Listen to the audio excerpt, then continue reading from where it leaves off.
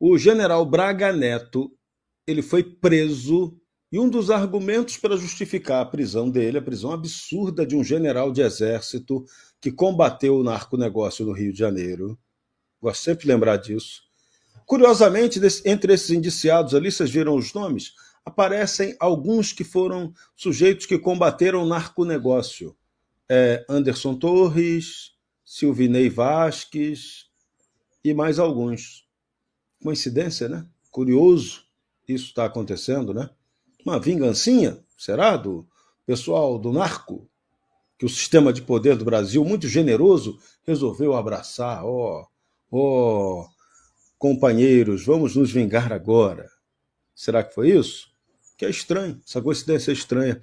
E o Braga Neto foi preso porque ele tentou ter acesso à delação do Mauro Cid, perguntando para o pai do Mauro Cid, que mora lá em Niterói, se ele podia ter acesso à delação premiada. Não teve, né? Mas foi acusado de ter tentado isso. Olha o nível da perseguição. O Walter Braga Neto também ele está sendo aí apontado como o grande líder desse movimento golpista, entre aspas. Por quê? Porque ele compareceu nos acampamentos no entorno do quartel-general do Exército em Brasília. Ele sempre ia lá. Mas por que ele ia lá? Ele era candidato a vice-presidente na chapa de Jair Bolsonaro. Era general de exército, quatro estrelas na reserva. Então ele foi lá. Foi ministro da Defesa. De novo, é alguém que nunca foi bandido. Eventualmente ele pode ter pensado. Se ele pensou e não realizou, bobeou, não fez, perdeu a vez. Não teve tentativa de golpe de Estado para a tomada do poder. Esse é o ponto mais grave de toda essa história. A gente está discutindo tudo em torno de uma grande farsa. Então não importa o que o Mauro Cid eventualmente delatou, ele foi colocado em questão pela Polícia Federal várias vezes, pressão total sobre ele, sobre a família dele, o cara obrigado a usar tornozeleira eletrônica. Tem um sentinela que fica na porta da rua dele para saber quem passa ali, onde vai, quem vem, que vai. O cara com tornozeleira eletrônica, como se fosse um bandido. Um dos oficiais mais brilhantes da história do Exército Brasileiro. Aliás, esse processo sacaneia os oficiais mais brilhantes da história do Exército Brasileiro. Um é o Mauro Cid. O outro é o General Heleno. General Heleno também foi o cara que foi primeiro de turma em todas as situações. O Mauro Cid, a mesma coisa. O Mauro Cid foi impedido de ser coronel. Teria direito a essa promoção na maior tranquilidade. O Exército alegou que, como ele estava sendo processado por algo grave, não lhe deu a patente de coronel. O cara estudou muito, se dedicou muito a vida toda para ser sacaneado agora pelo Exército. Covarde. O alto comando do Exército demonstrou uma covardia absoluta nessa história toda. É imperdoável o que o Exército fez. O Exército, olha, eu sempre falei na Jovem Pan, pode pegar lá, tem milhões de visualizações o vídeo em que eu falei disso na época. Militar não vai dar golpe, militar não é para dar golpe, militar não tem condição de dar golpe. Eu cansei de repetir isso lá na Jovem Pan e tinha gente que dizia que eu era petista porque eu falava isso.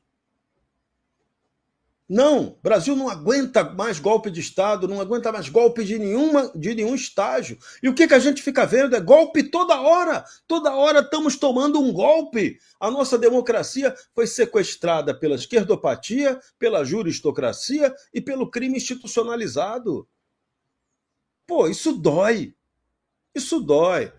Eu que trabalho, produzo, acordo cedo, dou a minha cara para bater fazendo análise sobre desgraças que acontecem nesse país. Nossa, eu fico possesso. Não é fácil. Tem hora que enche o saco, entendeu? E é um absurdo. Então, Você vê um caso como esse do Mauro Cid, que prestou mais de 10 depoimentos à Polícia Federal. Se perguntar para ele lá, ele nem sabe direito quantos ele depois. Para que isso? Em nome de que isso? Por que perseguiram o cara que foi... Ele está sendo punido porque ele foi ajudante de ordens do Jair Bolsonaro. Carregava a maletinha do presidente, atendia as ligações, fazia as intermediações ali. O cara não tinha nenhuma vocação para política.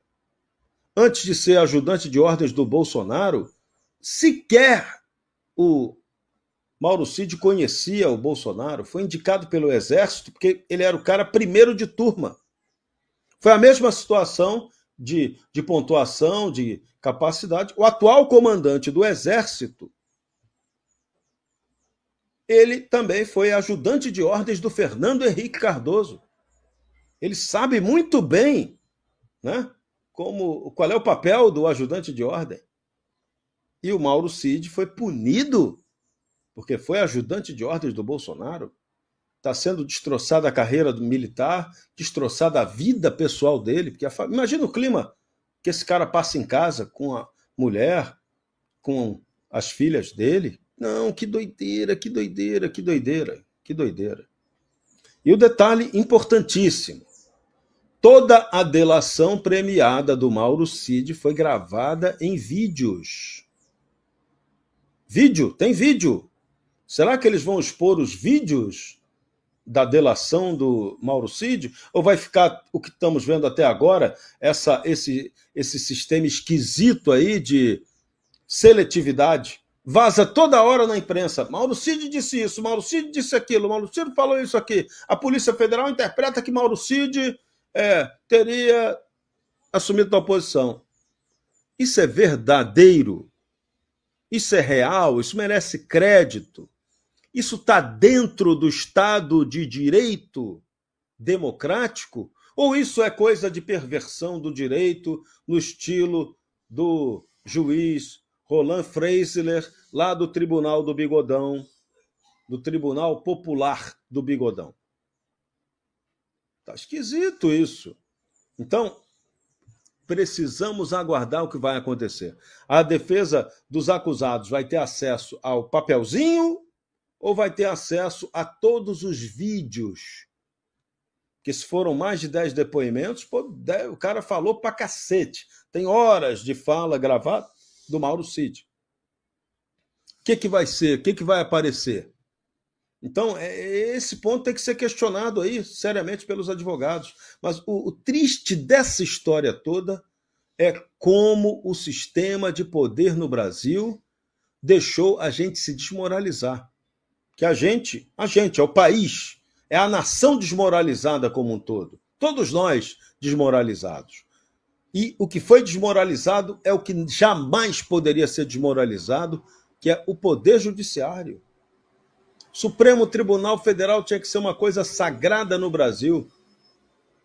Não poderia ninguém estar virando nome de sanduíche, não sei se por bem ou por mal, ou nenhum ministro poderia estar sendo aí atacado em rede social como está sendo atacado. Ah, tem liberdade de expressão para atacar? Tem. Mas não poderia haver a motivação. Eles não poderiam ter dado motivação para tudo isso que está acontecendo agora.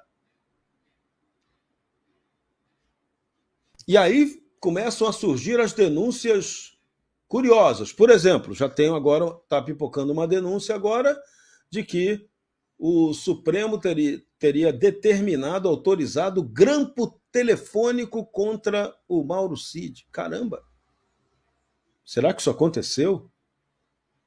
Mas grampo telefônico não era negócio da tal ditadura militar de 64? Não era o pessoal que era chamado de Araponga que grampeava telefone? Né? Tinha dois tipos de grampo telefônico. Era o grampo telefônico feito de maneira ambiental, perto do lugar, no poste do cara que era alvo de grampo, perto da casa dele, ou então o grampo na própria central telefônica, que tinha as empresas de telefonia na época do regime militar, tinham um departamento só para grampear as pessoas. Isso é história real, isso é fato concreto. E agora isso aconteceu de novo. Na nova República. Naquela que Ulisses Guimarães, quando promulgou a Constituição, disse que tinha ódio e nojo dos militares.